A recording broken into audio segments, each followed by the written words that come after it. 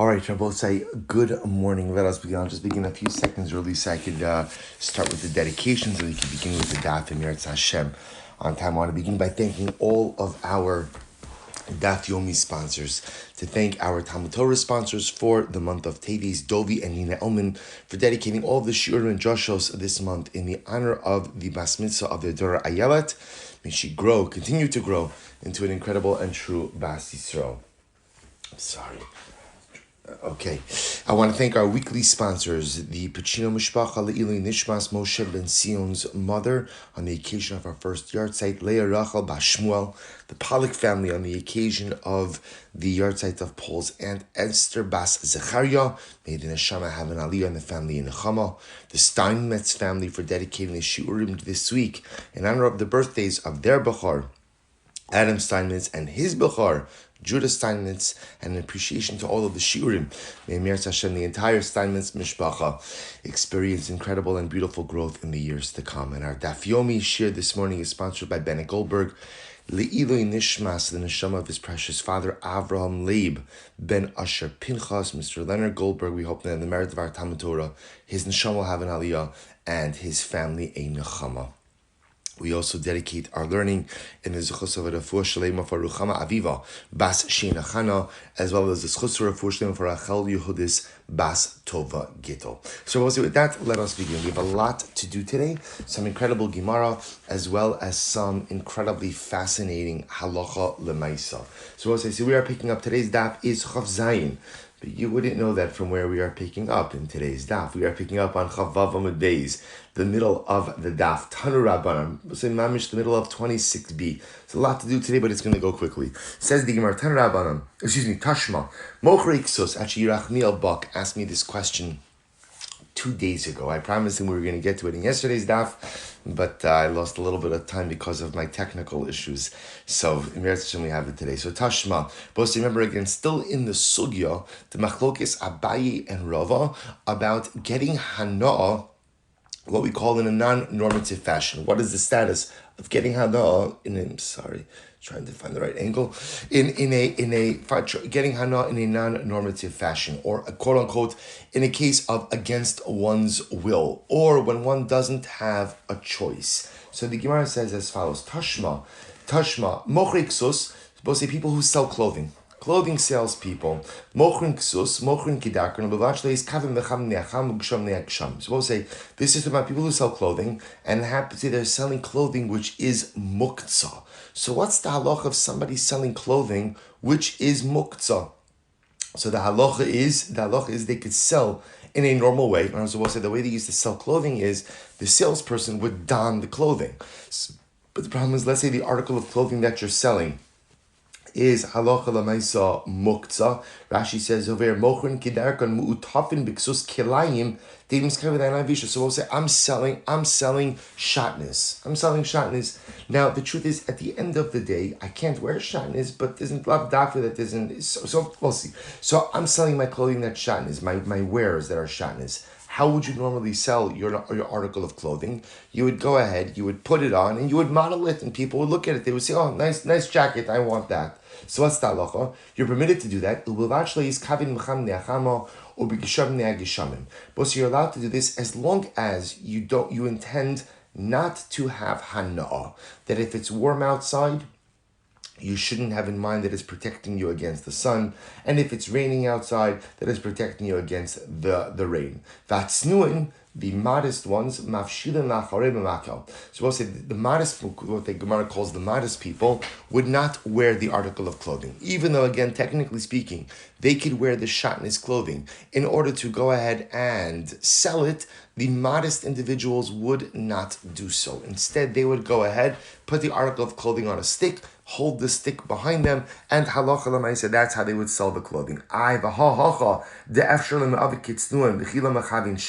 So both say, you see from here that halacha l'maisa, there is another alternative. This is, remember, going back to yesterday's daf, This is a case of efshar. This is a case of where you can conduct yourself in a way where you don't have to benefit from the Isser Hana. So it's efshar, right? It's a case of efshar. And ultimately, again, even if you don't have kavana, so both is I don't have to wear the shatnez clothing, that's number one.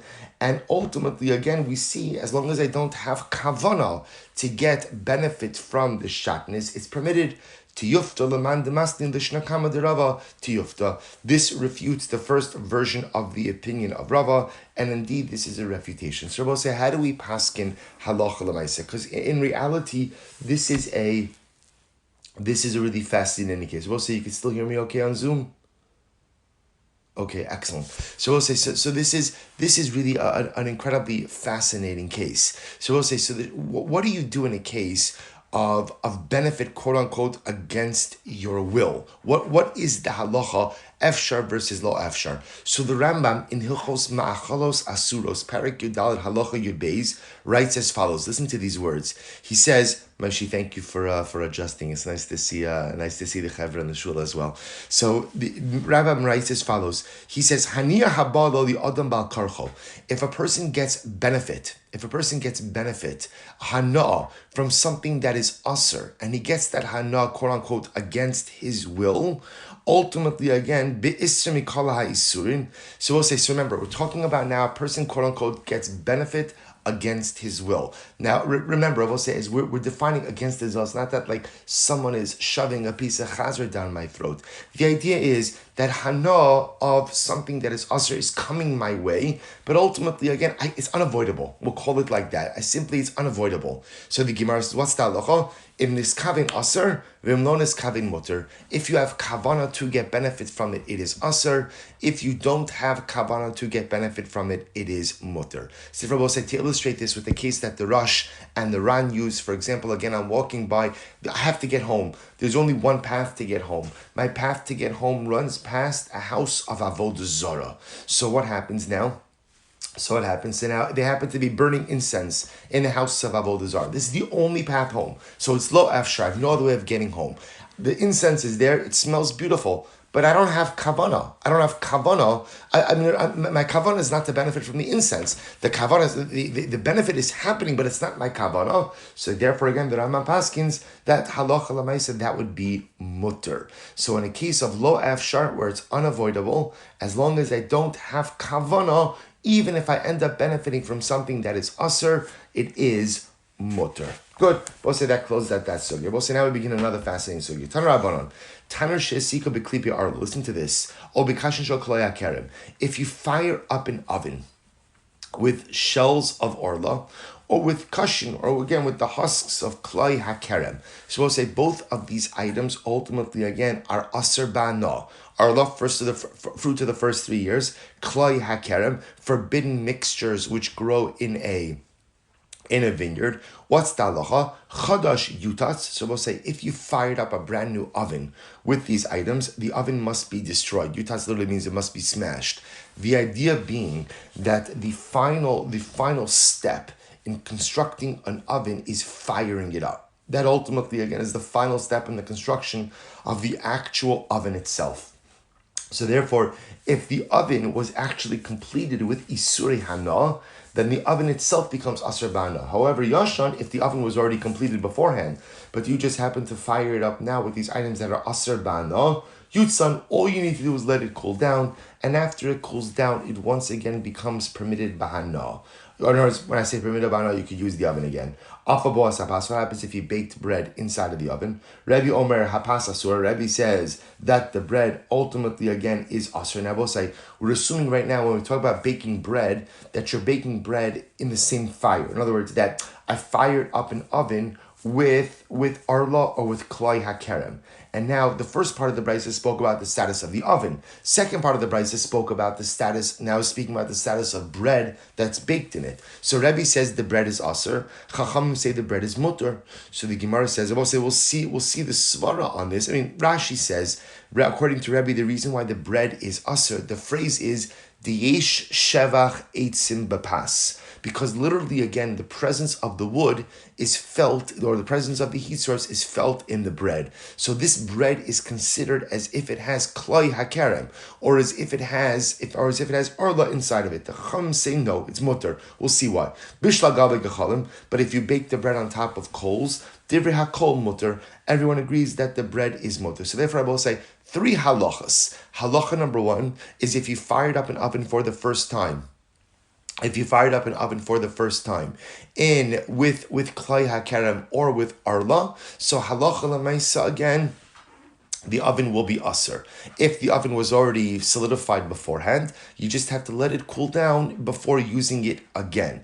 If you baked bread inside of that oven that is being fired up with klai hakerem or arla, Rebbe says the bread will be aser, and the chachamim say the bread is mutter. What happens if you cooked on top of coals of arla, coals of klai hakerem? Everyone will agree that halacha l'maisa it is mutter. So now watch this.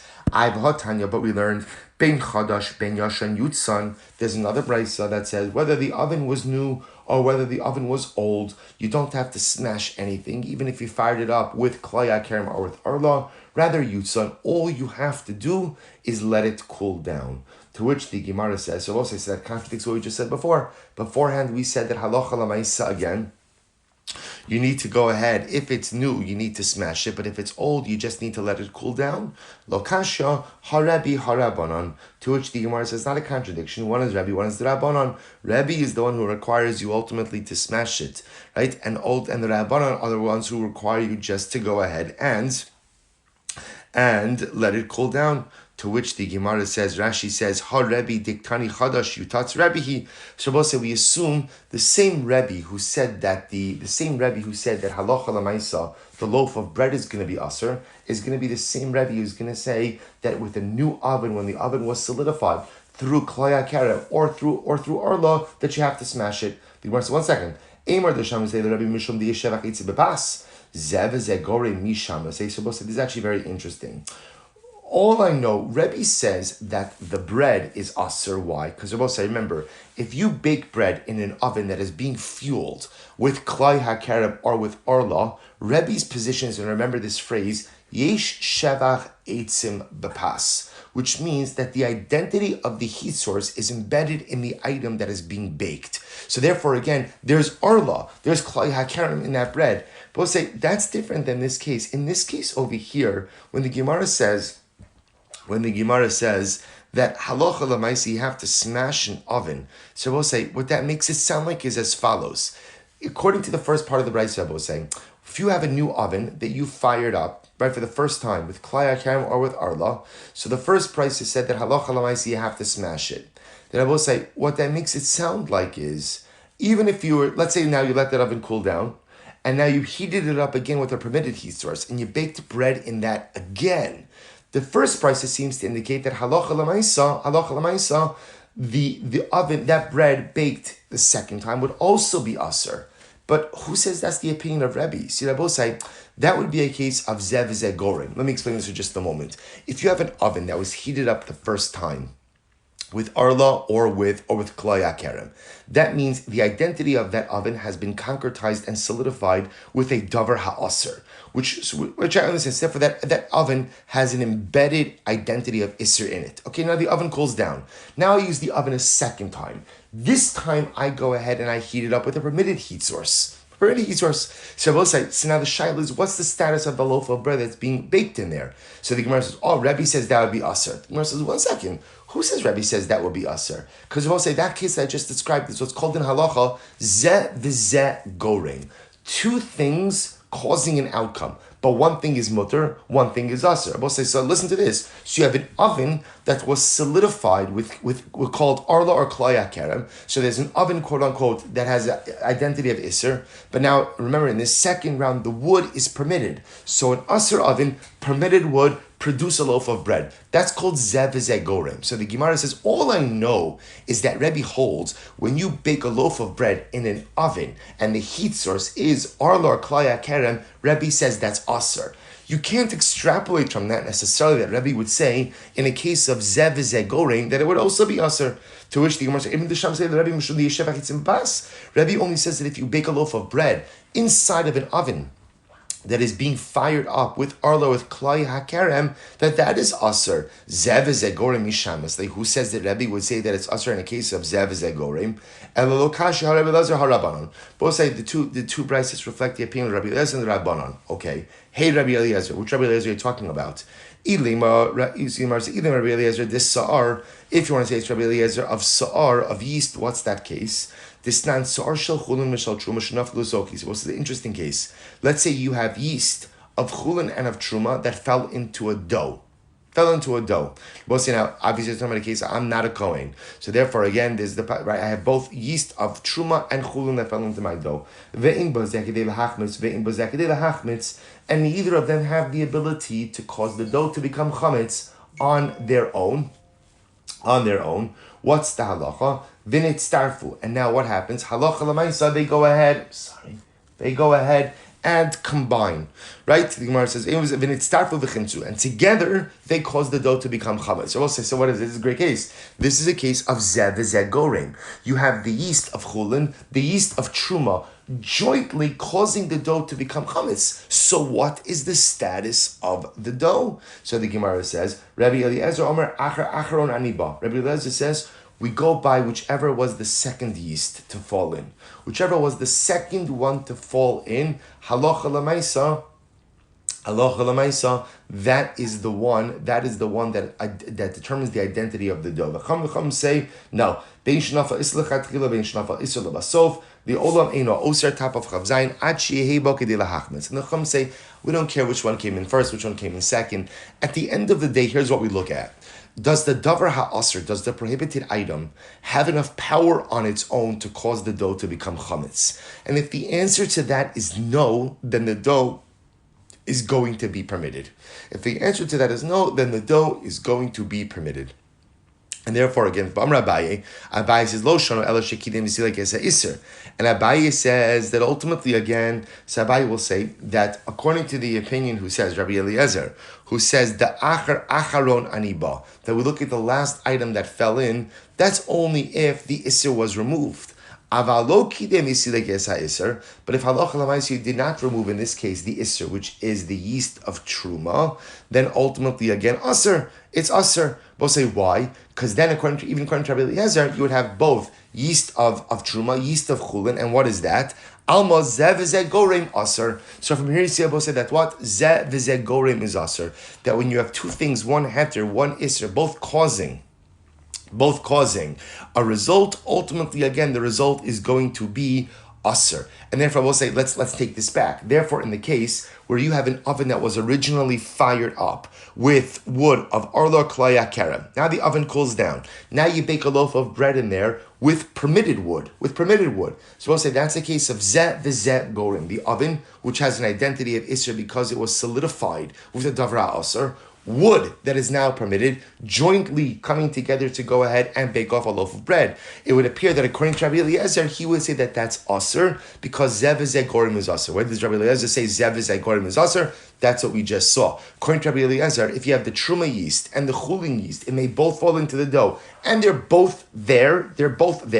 Rabbi Eliezer says the dough is going to be aser because zeh v'zeh gorim, versus the Chachamim who will say no. The only time halacha l'maisa it is going to be aser is in a situation where the davar ha'isser has enough power on its own to make the dough chametz. Good. Or we might times Rabbi Eliezer k'Abaye. How do you know that Rabbi Eliezer's logic is like Abaye? Dilma time Rabbi Eliezer mishum da acharon aniba lo shna kidem isilik esa iser lo shna lo kidem isilik esa iser. So we'll say, who says that Abaye interpreted Rabbi Eliezer's position, but who says that Rabbi Eliezer actually holds like Abaye? Maybe at the end of the day, Rabbi Eliezer does not make a distinction whether you took out the davar ha'aser or not, and therefore again, ultimately again, aval bebas achos hachanami deshari. So we'll say ultimately again, according to Rabbi Eliezer, really all we look at is what is the last item that came in? If the mutter yeast came in last, then the dough is mutter. If the usher yeast came in last, then the dough is usher. That's all. Maybe this is not a zev zegorim issue. Ella Rabbi Eliezer di Atzi Asheri. You're right. So both say when we are trying to identify the position of Rabbi Eliezer who holds zev zegorim, it is a different Rabbi Eliezer. Which Rabbi Eliezer is it? Rabbi Eliezer of Ashera. Watch this. This incredible case. Not for him and eitzim. Both say if you took branches off an Ashera tree, Asurin Bahana. Ultimately, again, the branches are asr bana. So again, you might have thought that an Asherah tree is only asr, only has the identity of avodah zarah when it's intact. When it's intact. But if halacha l'maisa again, it wasn't intact, then again, it's not asr. No, even if you remove the branches are asr bana. Watch this. Hisik bana satan, or if you use the branches to fire up an oven, so what's the status of the oven? So the Gemara says it depends. Chadash, if it's a brand new oven. I will say, I think I clarified this one, let me explain. When we say new oven, remember again, the way you make an oven, this is good to know. You're making an oven out of earthenware, you fashion it, you let it dry in the sun. The final step in completing your oven is firing it up. That was the final step. That solidified the kli. So when we say chadash, we're talking about an oven that is being fired up for the first time, which again is the complete. It's the makeh b'patish. That's the completion of the kli. So the Gemara says chadash. If it's a brand new oven, yutatz, since it was fired up and therefore completed with atzei asher, it has to be destroyed. Yashan, but if it's an old oven, meaning it was already completed, it was already fired up the first time and completed with a permitted heat source, then what? Then halacha l'maisa, you just let it cool down, and once it cools down, it's permitted for use. Afa bo asapas, what happens if you baked bread inside of it? So asura, ultimately again, afa bo asapas, if you baked bread inside of this oven, now the assumption we're talking about over here is you're baking bread while the oven is being heated by the atzei ashera. So in that case, hapas asura. Ultimately, again, it's aser. It's aser ba'ana, right? Because again, it's being fueled with atzei ashera. Nisarva ba'acheros v'acheros ba'acheros. So we'll say now we come into another. So we'll say, so therefore again, so what we're saying over here is if halacha l'maisa, let's say you went ahead and you baked bread in an oven that's being heated with atzei ashera. So the Gemara says that halacha l'maisa, the bread is going to be aser. Now, I want to point something out that's very important over here. The Gemara seems to understand that halacha l'maisa, that bread is going to be aser whether you're baking it in a new oven or an old oven. So just you see where this is going. That already appears to be a case of zev zegorim. Hold on. So the Gemara says, however, what happens if now you take that loaf of bread and that loaf of bread gets mixed up with other loaves of bread? Ba'acheros. What's the halacha? Kulan asrun ba'ana. Ultimately, again, all the loaves are asr ba'ana. And I will say, b'pashtos, the reason for that is because avodah zarah is never batal. Right? Avodah zarah is never batal. There's no bittul b'shishim, bittul b'meya, bittul b'elef. Avodah zarah is not batal. So the Gemara says, Rabbi Eliezer Omer, yolichana liyam hamelach. Rabbi Eliezer says, no, all you need to do is take the value of the loaf, value of the wood, and throw it into Yam HaMelech, throw it into the Dead Sea. Which says another way of saying, essentially take the value of that benefit and throw it away so that you get no value from the Avodah Zarah. Amru lo ein pidyon la'avodah zarah. They said that doesn't work by Avodah Zarah. There's no redemption by Avodah Zarah. So we just said before, there's no bittul, there's no redemption by Avodah Zarah. Once something is tainted by Avodah Zarah, that tainting does not leave. To which the Gemara says, so again, you see from here that Rabbi Eliezer holds that halacha l'maisa again zev zegorim. And furthermore, the Gemara says, Emer d'sham said Rabbi Eliezer b'avodah zarah d'chamir. But we'll say, but maybe Rabbi Eliezer only holds this ultimately again of zev zegorim by avodah zarah because of the chumrah of avodah zarah. However, again, the Gemara says, b'shari isurin shabbatorah misham islay. But how do you know that he holds it by other isurin? I was supposed to say, all I know is that halacha l'maisa Rabbi Eliezer holds zev zegorim is asr by avodah zarah. How do I know that he applies that ultimately again to other isurim? Ela imkein aman tarmiye. So we'll say, so remember, so if he doesn't hold this way, then halacha l'maisa, to whom do we attribute the original brisa that we had on Chav Vav Amud Beis? Right? So we'll say somebody is telling me that halacha l'maisa again, an oven after it's been fired up for the first time with arlo with klaya kerem, even right, that ultimately again such an oven is forever tainted. So whose opinion is that? Whose opinion is that? So the Gemara says, "Va'od hatanya behedya v'chein Rabbi Eliezer oser b'chal yisur and Shabbat Torah." And I will say furthermore again, we see that the Brisa says Rabbi Eliezer would answer the same way, kol yisur and Shabbat Torah. So that position which he espoused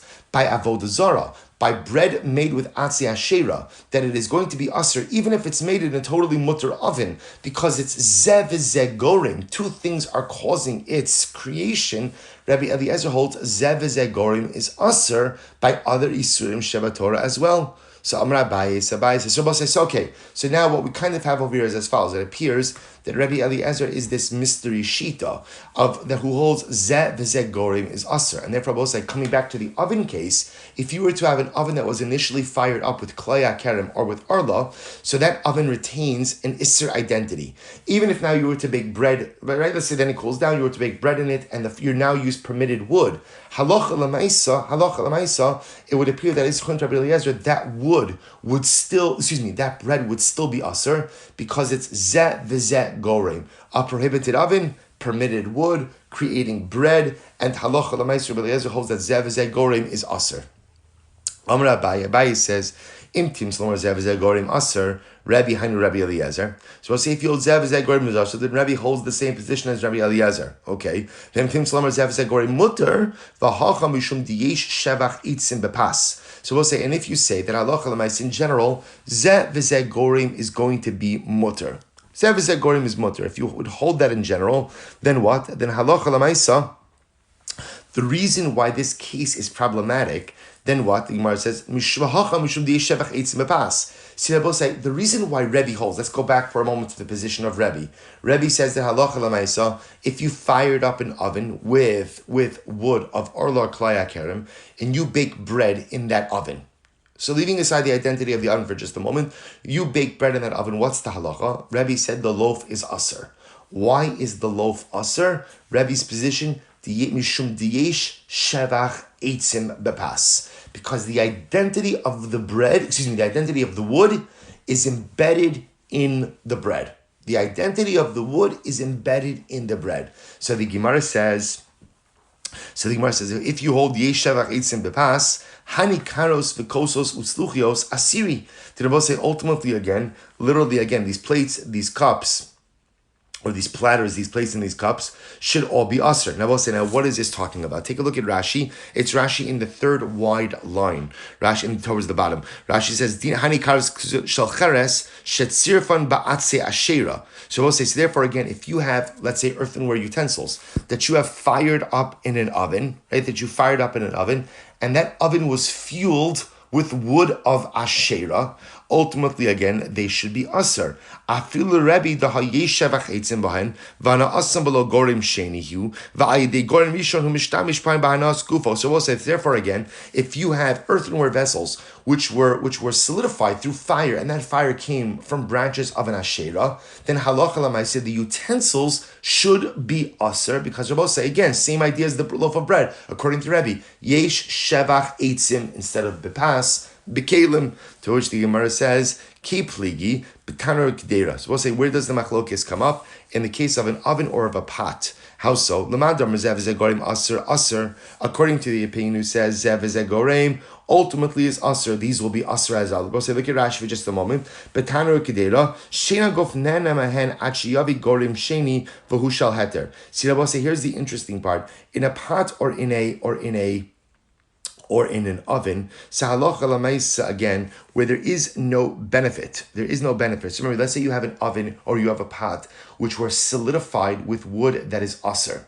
Okay, so now the utensil is finished. So then Rabbi say those utensils are not usable until you introduce a new heat source. And let's assume for a moment now that the second heat source that you introduce is permitted. So Rabbi say, so watch this. So now the status is, I have an oven that was finished, that was solidified with atzei asherah, or let's use arla and klaya kerem, or a pot that was forged with klaya kerem or arla. Fine, now it cooled down. Now I want to cook something in it with permitted wood. So the shaila, of course, is the stuff that I cook inside of it mutter or not? L'madam zev zegorim mutter shari. So as according to the opinion, it says zev zegorim is mutter. There's no problem using this pot or this oven. So the Gemara says, I'm sorry, I skipped line. Lemandar Rezev Zagorim Aser Aser. Lemandar Rezev Zagorim Mutter Shai. So both say, this is an interesting shayla. So now I have a pot or I have an oven that were solidified with atze with iser, but now the utensil cooled down. Can I go ahead and use that oven with permitted wood? Can I use that pot with permitted wood? Well, it depends. If you hold Zev Zagorim is mutter, then it's mutter. If you hold Zev Zagorim is aser, then it's aser. Ikadami, an alternate version of this. Afil Lemandar Rezev Zagorim Mutter Kedera Asura. Even according to the opinion who says that Zev Zagorim is mutter, the pot will still be aser. Pause. Why? Because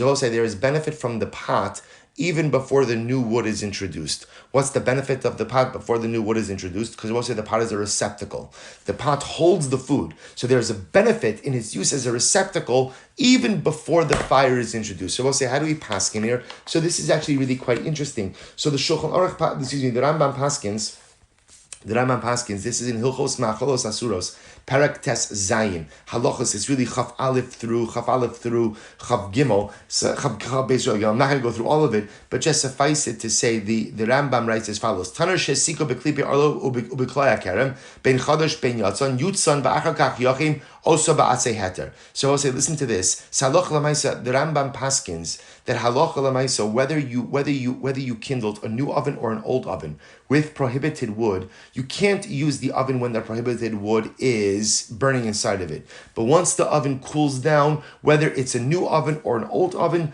the oven is permitted for use. So we'll say halacha lamaisa again. You see the Rambam essentially paskins that halacha lamaisa ze v'ze ultimately again will be mutter. Yet interestingly enough, he says karos v'kosos utzkuderos utzluchos shebishlan hayotzer v'klipi arla hare'elu asurin b'haniya shari davar ha'asar b'haniya asa osan chadash. So chadash. So we'll say so again. But yet, if you have an item that is exclusively formed, ultimately again through a davar ha'isr, ultimately, the Rambam says it maintains that asr status. Okay, so there's much more to do in the sugya, but Lamaisa, at least we're introduced to the concept of zev zegorim, and we recognize that halacha Lamaisa is a machlokes. Good. Amar Rabbi Yosef Amar Yehuda Amar Shmuel Taner shesiga v'kliba arla abekashin shachlaya kerem. So I'll say, let's go back. So now we said before, you have an oven that was fired up with arla or with klaya kerem. Chadash yutatz, if it's a brand new oven, you destroy it. Yashan yutzan, if it's old, you let it cool down.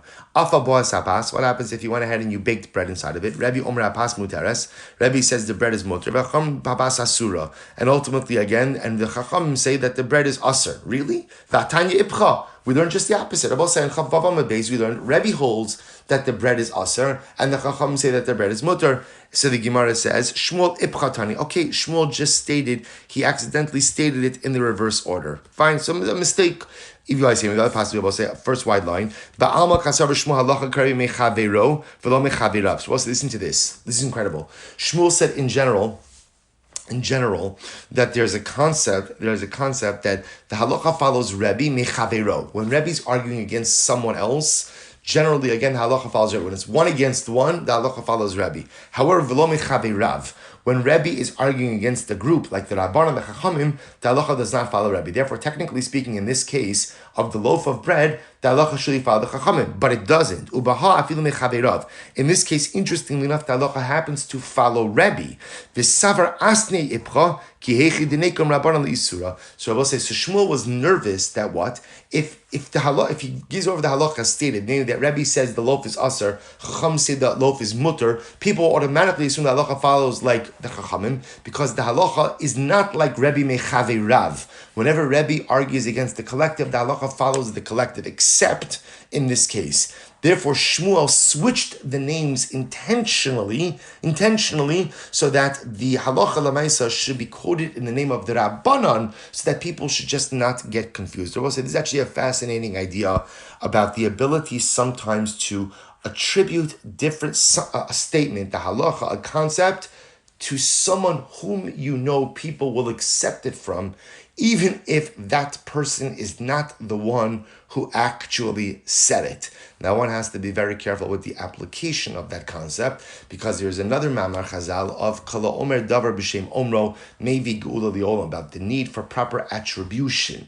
But you see that in halacha, you see what Shmuel's doing over. Shmuel knows the halacha is that the loaf is aser. But the problem is, if I attribute it to Rebbe and people see Rebbe arguing on the Rabbanan, it's going to cause a whole bunch of confusion. So Shmuel purposely switches the names and attributes the aser opinion ultimately to the majority, to the Rabbanan. Incredible. So also remember again, the Bryce has said before that if you cooked the loaf of bread on top of coals, so this is Atse Arla Kalaya Kerem, that's no longer wood but now coals, ultimately the bread is mutter. Rav Yehuda Shmuel, Rav Chia bar Ashi, Rav Yochanan, Chad Amar Lo Shano Ela Gechalim Omamos.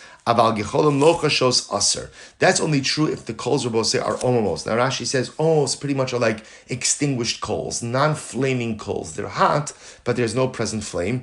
And one opinion says, and the other opinion said, no, even if the coals themselves are burning, right? Burning. Nami mutarin. I understand why burning coals or coals that lit coals are going to be aser, because Rabbi say again, yesh shevach eitzim bepas. Because then again, if the coals are lit, then halacha lamaisa, the wood is still in existence, and yesh shevach eitzim bepas, as we said before. Elaman damar afilu lo choshos mutaris pas the aser de shevach eitzim bepas the Rebbe heichim mishkachas. Rabbi say, according to the opinion who says that even lo chashos, right, even coals that are on fire are going to be mutter, then how do you understand that according to Rebbe, who holds that shevach eitzim bepas is aser? To which the Gemara says, Heichem mishkachas amra papa kisha'avuka kenegdo. I will say, what's the case? The case could variably look at Rashi, kenegdo, keneged apas mabira eitzim befiatanor. So I will say, where you have the actual torch that's lighting the wood. In other words, when the wood itself is on fire, that's when Rebbe would hold that halacha l'maisa yesh shevach eitzim bepas, that the identity of the wood is embedded in the bread when the actual wood is on fire. But once the wood is gone and it's just coals, the Gemara suggests could even be that even if the coals are mamish on fire themselves, once it's coal, it's no longer wood, and once it's no longer wood, ein shevach eitzim bepas. Good. Amud Beis. So we'll say what it makes it sound like is, according to the Rabbanon, even when the wood itself is lit, right? Even with little avukan means the torch is there, lighting the wood. Halacha l'maitz, again, the Rabbanon will say that it's mutter, because the Rabbanon don't subscribe to the idea of the yesh shevach eitzim bepas. Elo eitzim di isur l'Rabbanon heichem mishkachas. So according to the Rabbanon, where do you ever find the case of eitzim di isura? Rabbi Ami Bar Chama Bishar Shifa. So I will say, I'll tell you where's the case. I will say, according to the Rabbanon hold ain't shevach eitzim bepas, and therefore again, when you use wood as a heat source, that might be aser. You might be getting hana, but the identity of the heat source does not transfer into the bread itself. However, so where is there considered to be illegal use of prohibited wood? For example, you build a bench. You build the bench. So you build the bench out of Atse Arla, or you build the bench out of Klai HaKerem. That would be a case of illegal use of prohibited wood. Good. So let's listen to this. Let's switch gears for a moment. What happens now? You fired up your oven now with, we'll say, wood of hekdish, wood which belongs to the Beis Hamikdash, and you went ahead and you baked bread. So we'll say we've dealt so far with avodah zarah as a heat source, Arla, Klaya Kerem. Now we're using wood that belonged to the Beis Hamikdash as the heat source for your oven. And you baked bread. So what's the status of the bread? The Rabbanan, the Shar B'Kamai Samai, according to the Rabbanan who said that the original bread, right, which was the bread that was baked with wood of Arla and Klaya Kerem, what's the halacha here? Amelia Pasasura. Even the Rabbanan would agree that in this case the bread is aser. Why? Uma bein zeli Arla. Why should this case of wood of hekdish be any different than the wood of Arla? To which the Gemara says, Amarava, Hachi Hashta, Arla Betela B'Masayim. Hekdish afilu be'elef lo bottle. Wow. Very big difference. But say, Arla, Klaya Kerem, are bottle. They're bottle. Hekdish is never bottle. So we'll say, what does that tell you? What that tells you is that the identity of hekdish is a much stronger identity than of Arla or Klaya Kerem. Therefore, even the Rabbanon who will say, in the case of Klaya Kerem or Arla, that Ein Shevach Itzim Bepas, that the identity of the heat source is not embedded in the bread, will agree that by Hekdish, they will agree with Rebbe, that the identity of the heat source is embedded in the bread. Since Hekdish is never bottle, therefore the identity of the Hekdish makes its way into the item that it is baking. One second, there's a bigger kasha, Bosai. If you're using wood of Hekdish to heat your stove, Bosai, listen to this. The moment you take that wood and you put it into your oven, what have you done? You've committed an act of mi'ilah, an act of trespass. So I'll say, what's mi'ilah?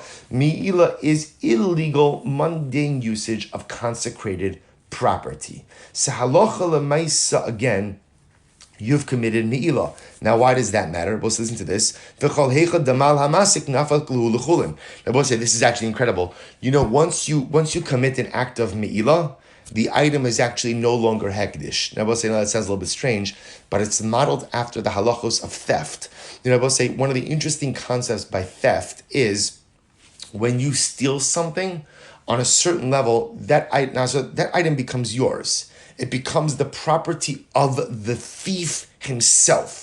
So too, again, when you commit mi'ilah, it's interesting, the item becomes yours, right? Literally, again, it becomes decommissioned, and ultimately, again, it becomes yours. So the Gemara says, so therefore we'll say, if that's the case, that when you commit mi'ilah, the item leaves hekdish and it becomes yours, so therefore it turns out what? Something amazing. When you're baking the bread, we'll say, what's actually happened over here? You've actually baked the bread with chulin wood, it turns out, which is quite counterintuitive, but quite fascinating.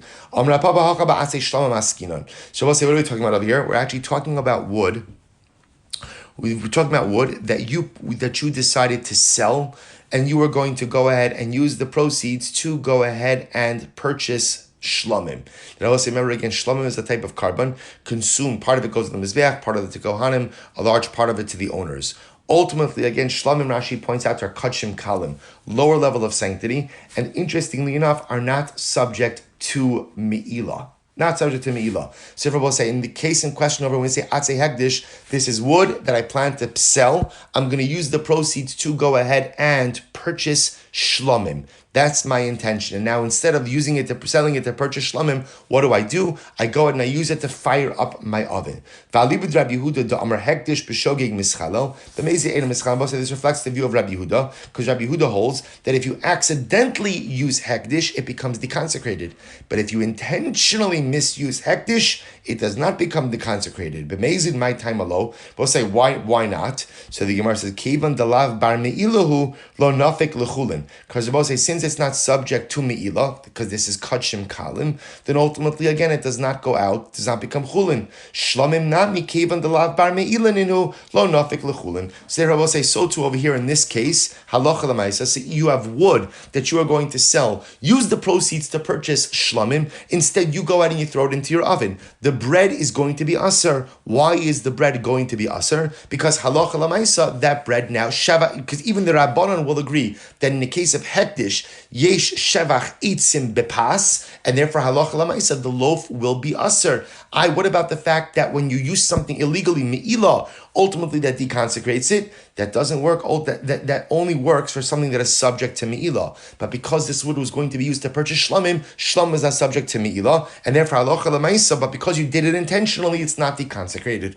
Wow. V'chol heicha dema'al. Is that true? Every time you commit mi'ilah, so the item becomes deconsecrated and becomes chulin. V'atanya, we learned, kol hanisrafin afron mutter. We'll say anything you burn, right? Anything you burn, ultimately, again, it's afer.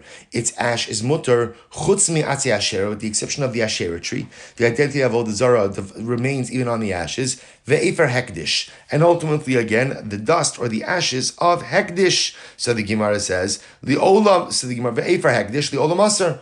Amrei Barcha, so that seems to indicate again, so now you're burning Hekdesh, and it's still going to be Aser, which seems to be that even after you do something with Hekdesh, it remains Aser, to which the Gemara says, Amrei Barcha, Shenafla Delika Me'eleh Ba'atze Hekdesh. What's the case? The case, I will say, is where fire fell upon wood of Hekdesh by itself. No one did it. The leka inish dinimo. So I'll say in a case where there was no me'ila done to it, then ultimately the item still retains its identity. But when there was an act of me'ila committed to the Hekdesh, then the Hekdesh, in fact, does become deconsecrated. Pretty amazing. Rabbi Shmaya Amar Ba'osan Shetu'unin Geniza. Rabbi Shmaya is talking about those items, ultimately, again, which the Torah mandates that they be hidden away, that they require Geniza. The Sanya Vissamo Benachos, Vissamo Kulo, Vissamo Shloifazer. So we'll say there are certain things that Halacha L'maisa, the Torah says, even after they've lost their original identity, Halacha L'maisa, they still have to be hidden away. So we'll say, interestingly enough, the Gemara says over here, which is the Halacha, that once you go ahead and you commit mi'ila with something, the item itself becomes chulin. So interestingly enough, it must be that the case that we're dealing with over here, where the bread cooked in an oven that was fired up with hekdesh wood, ultimately again is going to be aser, is a case of wood that was going to be sold for shlamim. Shlamim is kachin kalim, not subject to mi'ila, and therefore the wood itself never deconsecrated. Therefore, even the chachamim agree that the bread ultimately again will be aser. Incredible. Let's just do one more line. Rabbi Yehuda Omer ein bir chametz ala sreifa. Rabbi Yehuda holds that halacha l'maisa, you can only accomplish bir chametz with sreifa. Tanya Amar Rabbi Yehuda ein bir chametz ala sreifa. Rabbi Yehuda is the only way to burn chametz is with burning. The only way to destroy chametz is with burning. Vadin no saying uman no sir she'enu babal yira bal yimatzeh tan sreifa. Both say no sir, left over from the carbon. So no sir, which is not subject to bal yira bal yimatzeh, yet ultimately again requires sreifa. Both say any leftover carbonic matter must be burnt. Chametz then chametz, which is subject to the halachos of bal yira bal yimatzeh, should certainly be subject to sreifa. So amrulo kol din sha'ata dan tchilas lahakmer v'sofa lahakil eno din. They said to Rabbi Yehuda, any kavachomer that you try to make in order to be machmir, but in the end turns out to be mekel, is not a proper kavachomer. Why? Lo matzah esim l'sarfa yeyoshevu bata, because what's according to Rabbi Yehuda, where you hold that chametz could only be destroyed with fire. So we'll say, what happens if it's Erev Pesach and you don't have fire, you don't have wood? So what? You do nothing. Yoshevu batal. The Torah amar tashbisus armi batechem b'chol davar shata yachol lashbis. The Torah says you have to get rid of, destroy the chametz in your home in any matter that you can. So we'll say, we'll stop over here for today in the sheet of Rabbi Yehuda trying to prove the idea that ultimately, again, bir chametz could only be accomplished through sreifa, and ultimately, again, telling us, although the kavachomer from Nosar failed, and Meretz Hashem, we'll see where Rabbi Yehuda takes this from tomorrow. Bosai, Yashakayach, wishing everyone a good and Erev Shabbos, a freilich and Zos Chanukah, a beautiful Shabbos Kodesh, and incredible zechus to learn with all of you. Thank you for accommodating me. Wishing everyone a wonderful day. Yashakayach, everyone.